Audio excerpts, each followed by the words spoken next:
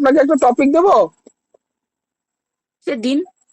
আচ্ছা, আপনি আমাকে আহ, পড়াবেন হচ্ছে test of Bengal, class 4, English. হ্যাঁ, হবে। সে কি বললেন? Test of Bengal. ঠিক আছে স্যার, দেখছি। আচ্ছা, চেষ্টা করেন, আমি ততক্ষণ জয়শ্রীটা শুনে আসি। জয়শ্রী, শুরু করো। গুড মর্নিং ক্লাস, তোমরা সকলে কেমন? হ্যাঁ স্যার, গুড মর্নিং ক্লাস। তোমরা সকলে কেমন আছো? ভালো আছো? হ্যাঁ, আমি ভীষণ ভালো আছি। আচ্ছা, আমি যখন তোমাদের ক্লাসের বাইরে আসছিলাম তোমরা ভীষণ জোরে জোরে কথা বলছিলে, তাই তো? এত জোরে জোরে চিৎকার করে কথা বললে পাশের ক্লাসের তো ডিস্টার্ব হবে। আস্তে আস্তে গল্প করতে হবে, বুঝতে পেরেছো? চলো আজ আমরা একটু গল্প করি।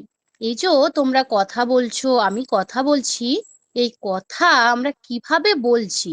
আমাদের শরীরের কোন যন্ত্রগুলো আমাদের কথা বলার সময় কাজে লাগছে? তোমরা কি জানো সেই সব যন্ত্রগুলো? জানো না? বেশ, চলো আমরা আজকে বোর্ডের ছবি এঁকে এঁকে আমাদের কথা বলার যে যন্ত্রপাতি, অর্থাৎ কথা বলার জন্য যে যন্ত্রের দরকার হয় সেই জিনিসগুলোর নামগুলো জেনে নিই। প্রথমে দেখো, আমি একটা ছবি এঁকেছি। তোমরা আমার দেখে ছবিটা আঁকার চেষ্টা করো প্রত্যেকে। এঁকেছো সকলে? বাহ, ভেরি গুড। দেখো, প্রথমেই আমি একদম নিচের দিকে দুটো, দেখো এরকম ভাবে দুটো ফোলা অংশ এঁকেছি। এটাকে কি বলা হয় তোমরা জানো? এটা হচ্ছে ফুসফুস। কি বলা হয়?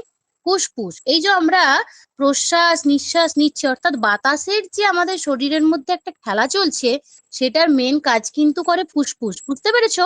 আমরা যখন কথা বলছি, এই কথা বলার জন্যও কিন্তু আমাদের একটা বাতাসের প্রয়োজন হচ্ছে, তাই তো? এই বাতাসের যে প্রয়োজন হচ্ছে, সেটা হচ্ছে কে সাহায্য করছে বললাম? ফুসফুস সাহায্য করছে, একদম ঠিক বলেছো। তাহলে কথা বলার যন্ত্রপাতির মধ্যে 1 নম্বর হচ্ছে ফুসফুস। ফুসফুস থেকে বাতাস বেরোলো। এরপরে আমি বলেছিলাম আমাদের দুটো নালী আছে, তাই তো? দুটো নালীর মধ্যে কথা বলার জন্য যে নালীটা আমাদের কাজে লাগে সেটা হচ্ছে শ্বাসনালী। ফুসফুসের ঠিক আগেই রয়েছে কিন্তু শ্বাসনালী।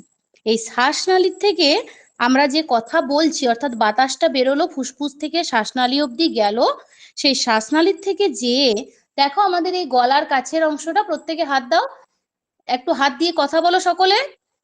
দেখো গলার ওই যে অংশটা, এই অংশটা দেখো কাঁপছে, দেখো কথা বলার সময় কাঁপছে না? হ্যাঁ, এই যে কম্পন হচ্ছে, এটা হচ্ছে স্বরযন্ত্র। কি বললাম? স্বরযন্ত্র। অর্থাৎ এই স্বরযন্ত্রে কিন্তু একটা আংটির মতো জিনিস থাকে, যার ফলে ওই বাতাসটা আর কথাটা এসে আমাদের এখানে কম্পিত হয়। এরপর স্বরযন্ত্র থেকে কম্পিত হয়ে তারপরে আমাদের যেটা কাজে লাগে সেটা হচ্ছে কিন্তু জিহ্বা। প্রত্যেকে জিহ্বা দেখাও আমাকে, প্রত্যেকে দেখাও। জিহ্বার ইংরেজি কি? টাং। Very good. এই যে এই জিহ্বা আমাদের কি করছে, না এই জিহ্বাটা বা জিভটা বিভিন্ন অংশে স্পর্শ করছে। বিভিন্ন শব্দ যখন আমরা উচ্চারণ করছি না, জিহ্বা কিন্তু এক জায়গায় স্পর্শ করছে না, বিভিন্ন অংশে স্পর্শ করছে। কোন কোন অংশে স্পর্শ করে? দন্ত, দেখো আমাদের দাঁত আছে জিহ্বার পরে, এই দাঁতে কিছু কিছু শব্দ আছে বা কিছু বর্ণ আছে যেগুলো কিন্তু দাঁতে লেগে উচ্চারিত হয়। যেমন আমি যদি বলি দন্ত, এই দন্ত কথাটাই তোমরা একবার উচ্চারণ করো তো। দন্ত, দেখো দাঁতে লাগছে, কি লাগছে তো? তাহলে জিহ্বা কিন্তু দাঁতে স্পর্শ করালো। এরপরে কিছু কিছু এমন শব্দ আছে যেগুলো, দেখো দাঁতের ঠিক গায়ে, একদম দাঁতের ঠিক পেছনে লেগে আছে একটু মোটা অংশ, শক্ত অংশ, সেটাকে বলা হচ্ছে মূর্ধা। কিছু কিছু শব্দ আছে যেগুলো উচ্চারণ করতে আমাদের ওই জিহ্বা মূর্ধাটাকে স্পর্শ করে। যেমন মূর্ধন্য, উচ্চারণ করো তো, মূর্ধন্য। এই যে মূর্ধা আমরা বলছি না, কিছু কিছু শব্দ ওই মূর্ধাটাকে স্পর্শ করছে। আবার কিছু কিছু শব্দ আছে যেগুলো মূর্ধার ঠিক পিছন দিকে, সবাই জিভটাকে নিয়ে যাও, দেখো একটা বড় শক্ত আছে না অংশ, সেটা হচ্ছে তালু। কি বললাম? তালু। অর্থাৎ কিছু কিছু শব্দ আছে যেগুলো কিন্তু ওই জিহ্বা তালুর সাথে ঠেকে উচ্চারিত হয়। তারপরে দেখো সবচেয়ে বাইরে আমাদের কি আছে বলো তো? এই দেখো আমি এঁকেছি বোর্ডে, এটা কি? একদম ঠিক বলেছো, ঠোঁট, তাই তো?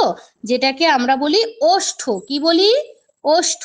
কিছু কিছু শব্দ আছে যেগুলো উচ্চারণ করতে গেলে আমাদের এই দুটি ওষ্ঠের প্রয়োজন হয়। যেমন আমি তোমাদেরকে বললাম প, দেখো প, উচ্চারণ করো প। ফ, এগুলো হচ্ছে ওষ্ঠের সাহায্য নিতে হচ্ছে, তাই তো?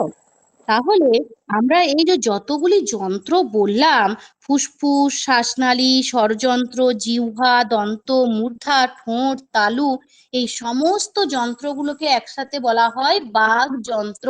কি বলা হয় বললাম? বাকযন্ত্র। তাহলে বাকযন্ত্র কি? যে যন্ত্রগুলি আমাদের কথা বলার সময় সাহায্য করে সেগুলোই হচ্ছে বাকযন্ত্র। আজ তাহলে আমরা কি শিখলাম? হ্যাঁ, কথা বলার জন্য কি কি যন্ত্রপাতি দরকার সেটাই শিখলাম। কালকে কিন্তু আমরা সকলে বিভিন্ন শব্দ উচ্চারণ করে করে